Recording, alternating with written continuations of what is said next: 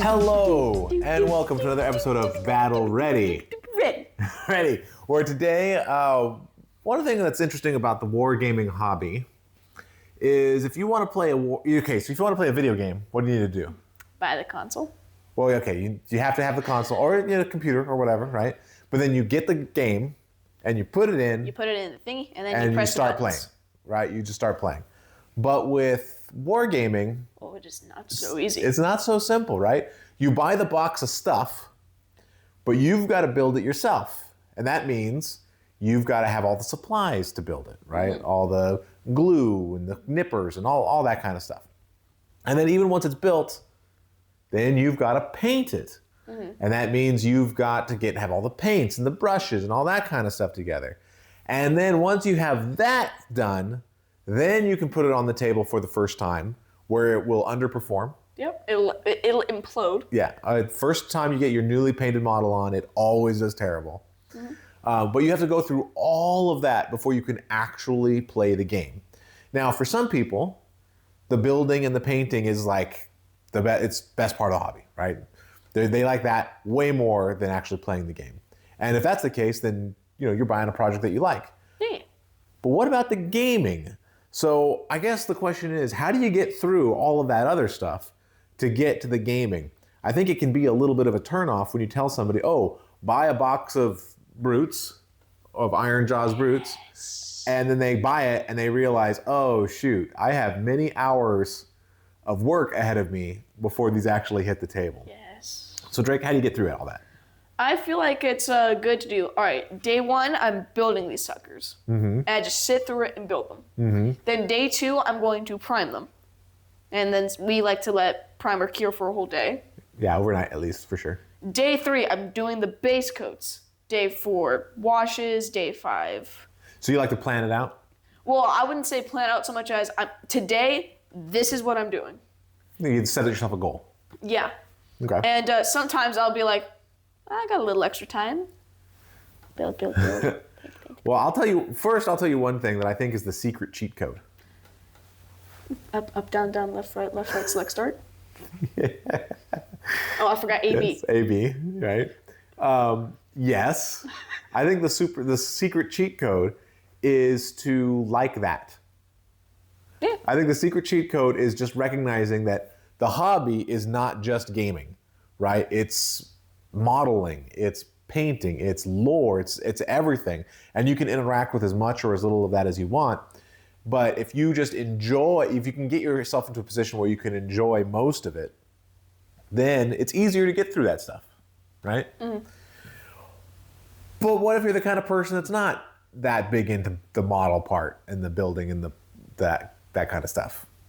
Well, how do you get through it? So setting yourself goals and achievable goals, right? Mm-hmm. So you're not taking it home at 9 o'clock on a Friday night or a Tuesday night, let's say. We got school in the morning. I got 3 days. And thinking, I'm going to get it done tonight. You got this. I'm going to get this done tonight. Play some inspirational music. 30 minutes later. Yeah. I don't think that's the way to go about it, right? I think setting goals is good, mm-hmm. but they should be achievable, small, short-term goals. Yes. That way, each time you do it, you get a little pinch of, you get a little bit of like, ooh, I did something. Ooh, that felt good. Woohoo! Yeah. And so I think that's pretty good. And the other thing I think is that helps me, because I do like the building. I like that a lot. In fact, that's probably my favorite non-gaming part of the hobby. I like that certainly more than painting, more than even reading lore and stuff. I really, really like the building. Oh, we're counting lore too. Yeah, just everything. I thought we were just talking building and painting. Well, if we're talking about the hobby as a whole, okay, right?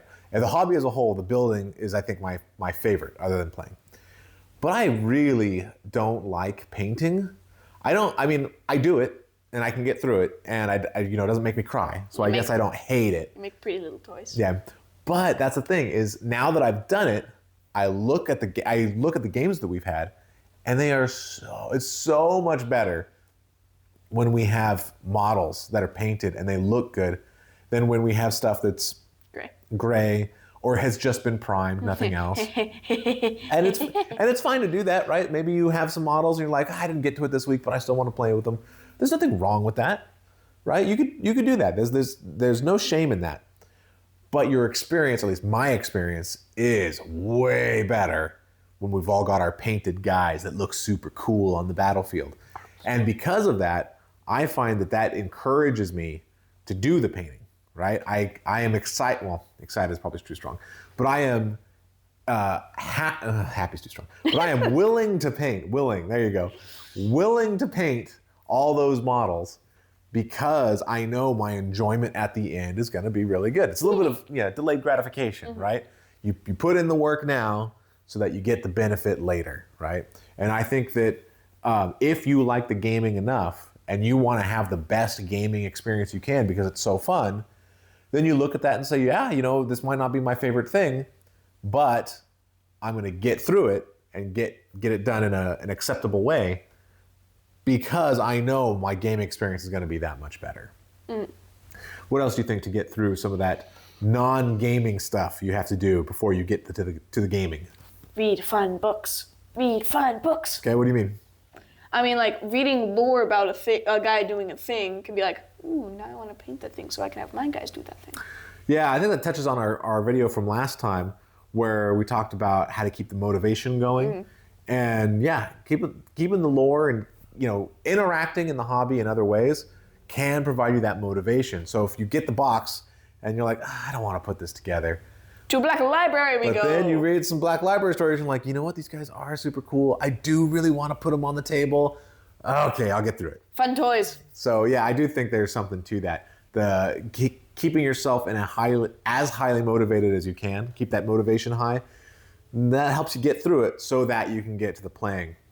The other thing I think that makes getting through it easy is, so I try to do the building I can do anytime because I sort of like it, right? But I try to do painting during certain times when there isn't something else going on. So like if we have a family night, we're doing something. If my wife and I have a date night or something, I don't paint during those times, right? Even if my wife and I are just going to watch a show on Apple TV or something, right? I'm not going to paint during that time. I'm not going to give that up in order to paint. But I do find times when many days I'm able to work from home, and on my lunch break, hey, there's an hour right there. I can spend my lunch break painting, eat some snacks instead of going out to lunch and then do some painting, right? And so finding those times where I would otherwise be doom scrolling, just checking my Instagrams over and over, which is, always, there's some funny stuff on Instagram, but I always feel sort of like I wasted. But painting. I wasted that time. But and painting. But with painting, at least I know I'm progressing towards something. So finding those times when there's no competition, right? Because if it's like between painting or between hanging out with my kids, I'm gonna do that. Between painting or watching something cool on TV, well, I'm probably gonna do that. What about painting with your kids? Oh, see, we need to do that. Maybe we should do that. Yeah. But I probably won't. I'll probably be like, I want to do something else. But it's when I look for those areas where there's just not a lot of competition. I don't have a lot of other things I could be doing. And that makes painting look pretty good. Painting looks sort of good now. It's like, between that and just mindlessly scrolling, maybe I could do a little painting.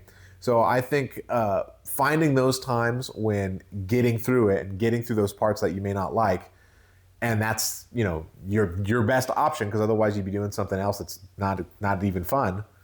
I think that sort of planning can also be super helpful because if you wait until it's like nighttime, you got a date, or you wait until it's like, I could be playing this cool video game, then it can feel like a slog because every minute you spend painting or building or whatever it is that you don't like, you're like, I could have been playing that game. I could have been wooing that girl, right? Whatever it is. People woo. Wooing happens.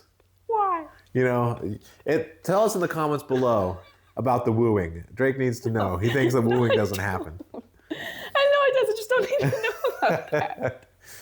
All right. Any other thoughts? No, I think we got it. All right. Yeah. So let us know. I mean, some people I think are lucky and just love all parts of the hobby, right? Yes. And if you love it all, then it's not really a chore. You don't have to get through any of it because you're enjoying every part of the process. Yeah. Although lore's the best for me. Lore is your favorite? I like reading books about cool people doing cool things. What about lore versus playing? Oh no. Is it pretty close? It's pretty close. Pretty close? I think playing wins, but it's like. But it's very close. All right, that's interesting. That's interesting. I read like, too many good other than video games. painting, I like basically everything in the hobby, but playing is definitely my favorite. It's if we didn't have if I didn't get to play the game, I wouldn't collect the pieces, which means I wouldn't do any painting, and maybe I'd still do a little bit of lore because that's easy to do. You know, it requires the least investment. But yeah, if we didn't do the playing, I wouldn't do hardly any of the rest of the stuff. All right, let us know in the comments below if there's something that you don't like, if there's something that you have to get through in order to get to the game. What is it and how do you get through it? What are your tips and tricks to keep the assembly line moving so that you can have awesome models? I turn a little wheel to keep the assembly line moving. Just keep turning the wheel so that you can have awesome models on the tabletop and enjoy the game. All right, this has been another episode of Battle Ready. Thanks so much for watching.